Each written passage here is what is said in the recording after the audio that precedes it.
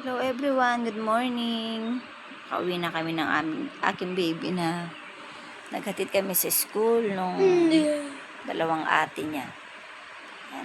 Dito kami nakahiga kasi ako inaantok pa talaga. Ito nga kami naglalaro sa cellphone. Give me the banana. Araw-araw basta may pasok guys. Bali, ganun talaga yung namin, routine namin dalawang mag-ina. Ito talaga sumasama talaga siyang maghatid sa school sa mga ate niya kasi wala din naman siya kasama dito sa bahay kapag maiwanan siya kasi yung asawa ko pumapasok din. Maaga rin siya umaalis. Kaya nauna pa to sa akin gumising. Gumigising ako ng 3:30, minsan nauna pa siya sa akin kasi alam niya na maghahatid ako sa school. Kasama talaga siya. Yan. Mamaya pa kasi ang pasok niya. Alas 10 pa ang pasok niya. Panghapon kasi siya eh. Bali, 10 to 1. 10 to 1 ang pasok niya. Tapos ang aga niya nagigising. Tapos pag uwi namin dito, ayaw na rin naman niyang matulog. Kahit sabi ko na matulog pa kami kasi ako inaantok pa. Siya ayaw niya talagang matulog.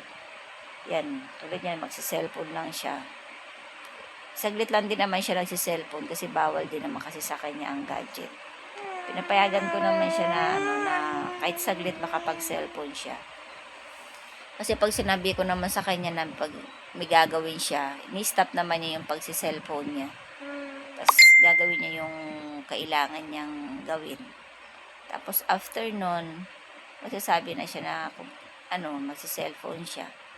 Tapos pinapayagan ko siya kahit saglit lang kasi bawal din naman kasi sa kanya yan kasi binawal sa kanya yan ng therapist niya. Pakulit kasi to eh. Kaya pinapaterapy namin siya. Ligalig. Pero sa pagsusulat, pagbabasa, wala naman akong problema sa kanya.